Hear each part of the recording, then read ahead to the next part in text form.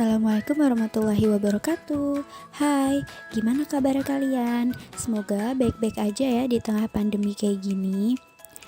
Hari ini kita akan belajar matematika kelas 8 SMP. Oh ya, sebelum kita belajar, perkenalkan nama saya Niken Dwi Astuti dari Program Studi Pendidikan Matematika Universitas Muhammadiyah Profesor Dr. Hamka. Hari ini kita akan mempelajari materi mengenai menganalisis data dari distribusi yang diketahui. Adapun tujuan pembelajaran hari ini, yang pertama menjelaskan contoh penyajian data dari berbagai sumber media koran, majalah, atau televisi. Kemudian yang kedua, memahami cara mengambil keputusan dan membuat prediksi berdasarkan analisis dan data. Dalam kehidupan sehari-hari, kita sering menjumpai penerapan statistika dalam beberapa aspek kehidupan. Sebelum kita menganalisis suatu data, tentunya cara yang pertama kita lakukan yaitu mengambil suatu data terlebih dahulu, bisa melalui survei, sebar angket maupun sensus.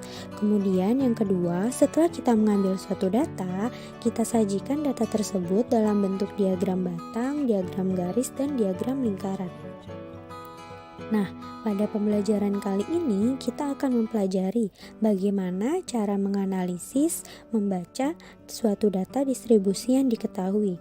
Yang akan kita fokuskan pada diagram lingkaran, diagram batang, dan diagram garis. Yang pertama yaitu ada diagram lingkaran. Apa sih diagram lingkaran itu?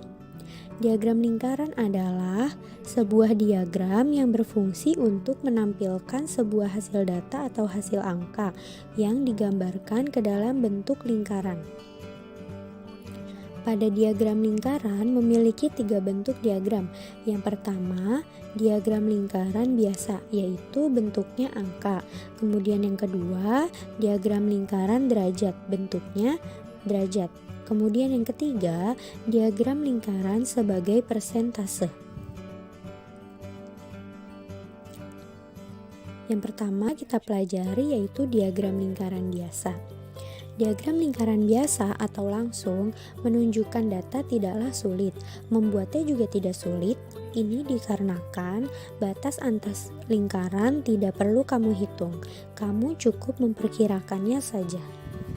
Contohnya, diketahui bahwa sekolah A mempunyai 110 siswa dengan data sebagai berikut.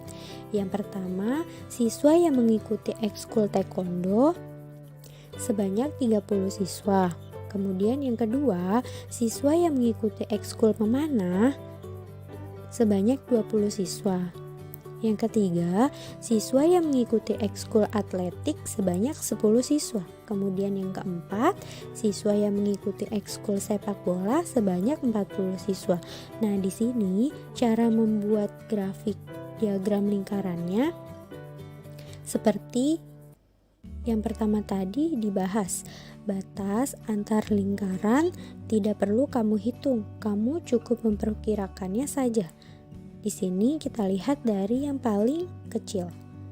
Yang pertama 10 siswa, kemudian 20 siswa, 30 siswa, dan 40 siswa. Selanjutnya yang kedua, diagram lingkaran derajat. Pada diagram lingkaran derajat yang ditampilkan adalah derajat atau besar sudut daerahnya dan bukan jumlah data. Jika data disajikan dalam bentuk derajat, perlu diingat bahwa satu lingkaran penuh adalah 360 derajat. Jika setengah lingkaran, yaitu 180 derajat. Dan jika seperempat lingkaran, besarnya adalah 90 derajat atau siku-siku. Nah, di sini terdapat contoh dari diagram lingkaran derajat.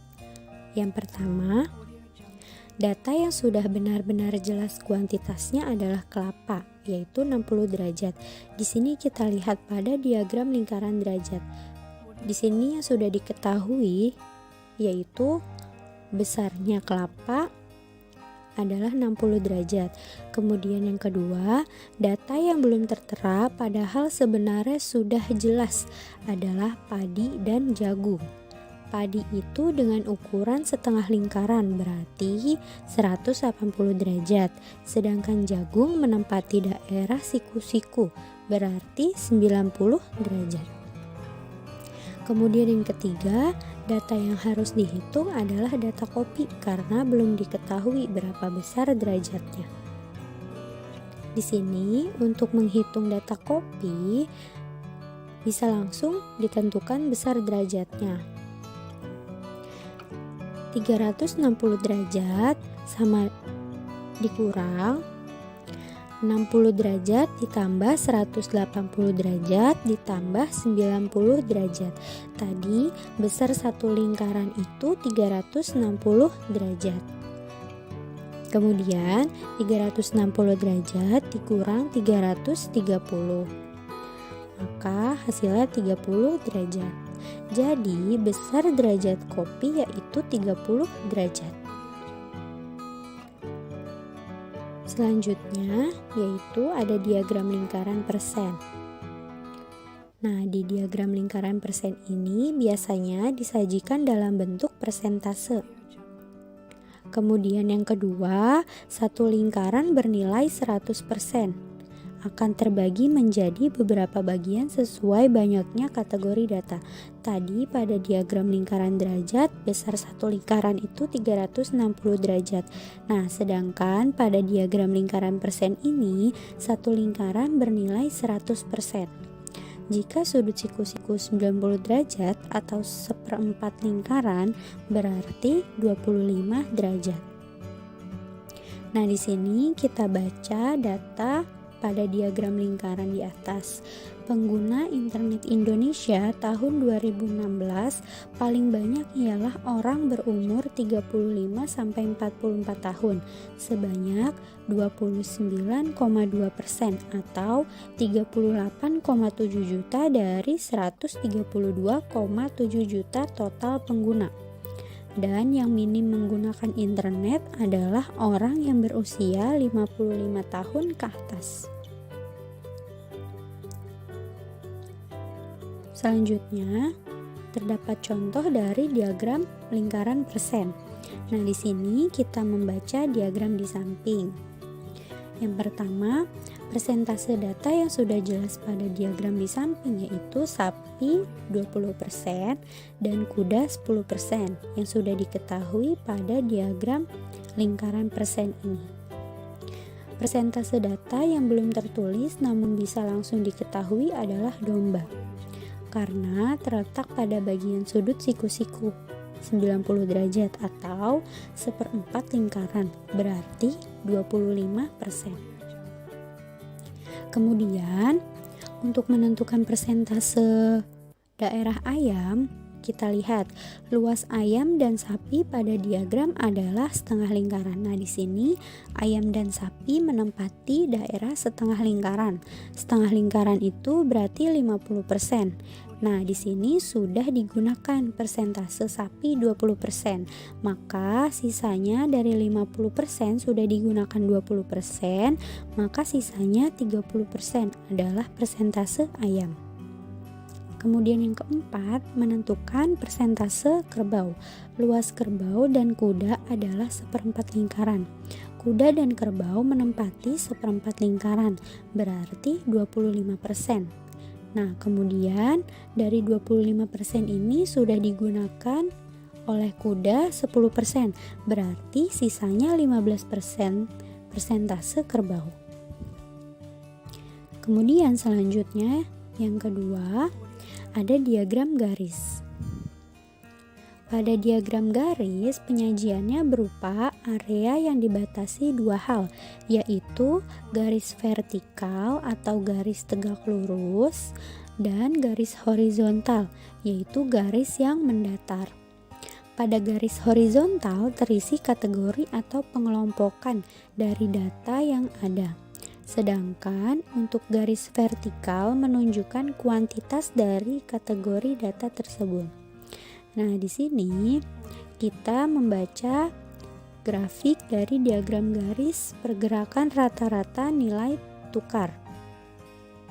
Dalam pembacaan dan analisis grafik di samping, grafik pergerakan nilai tukar rupiah dalam rentang tahun 2011 sampai 2014 terjadi kenaikan nilai tukar rupiah.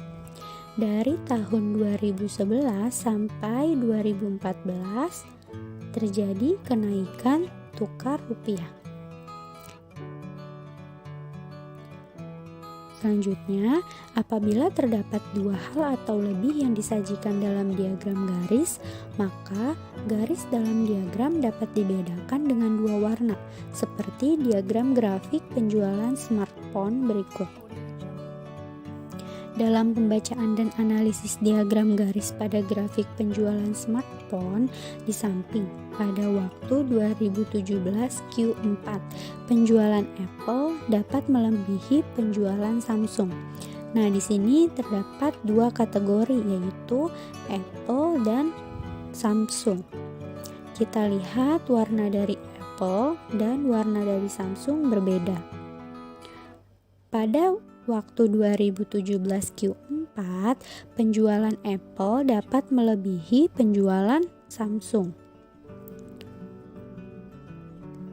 Oke, selanjutnya yang ketiga, yaitu diagram batang. Pada diagram batang, komposisi grafiknya hampir sama dengan grafik garis atau diagram garis.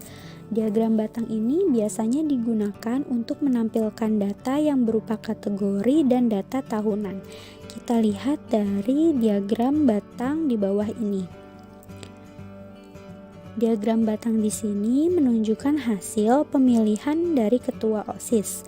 Sumbu mendatar atau sumbu horizontal menyatakan nama calon ketua OSIS. Nah, sumbu tegaknya atau sumbu vertikal menyatakan jumlah atau banyaknya pemilih setiap bakal calon. Diagram di sini menunjukkan bahwa Nugi merupakan calon yang paling banyak dipilih, yaitu dengan perolehan 35 peserta.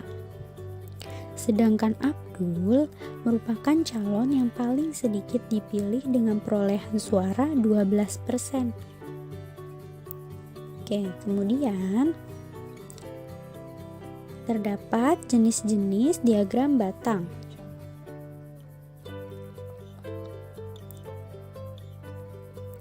Yang pertama, diagram batang tegak. Diagram batang tegak adalah diagram batang yang digambarkan secara tegak atau vertikal dan pada umumnya ditemukan dalam buku atau media cetak. Kemudian yang kedua ada diagram batang mendatar. Nah, terdapat contoh dari diagram batang. Berikut ini adalah hasil survei dari 100 orang responden tentang surat kabar yang sering dibaca dalam 1 bulan terakhir. Sajikan data kualitatif tersebut dalam diagram batang. Penyelesaiannya, yang pertama itu kita kelompokkan banyaknya responden yang memilih kategori surat yang sama dalam bentuk tabel. Di sini kita kategorikan menurut surat kabar yang sama. Nama surat kabarnya yaitu yang pertama tajam dengan responden 17, kemudian aktual, gosip, ekonom, kotak, politik, dan bundar. Setelah itu kita gambarkan dalam bentuk diagram batang. Garis yang horizontal ini merupakan nama surat kabar. Kemudian garis yang vertikal ini menyatakan frekuensi atau banyaknya responden yang memilih kategori surat kabar tersebut. Kemudian contoh yang kedua, perhatikan diagram batang di bawah ini. Buatlah kesimpulan berdasarkan diagram batang di samping. Penyelesaiannya, jika diminta untuk membuat kesimpulan, hal utama yang harus dilihat adalah tinggi batang siswa laki-laki dan perempuan. Di sini siswa perempuan itu dengan warna merah, kemudian siswa laki-laki dengan warna biru. Berdasarkan gambar di atas jelas bahwa jumlah siswa perempuan mulai kelas 7A sampai 7F selalu lebih banyak daripada siswa laki-laki. Artinya, jumlah siswa perempuan kelas 7 lebih banyak daripada siswa laki. Jumlah siswa perempuan kelas 7 lebih banyak daripada siswa laki-laki.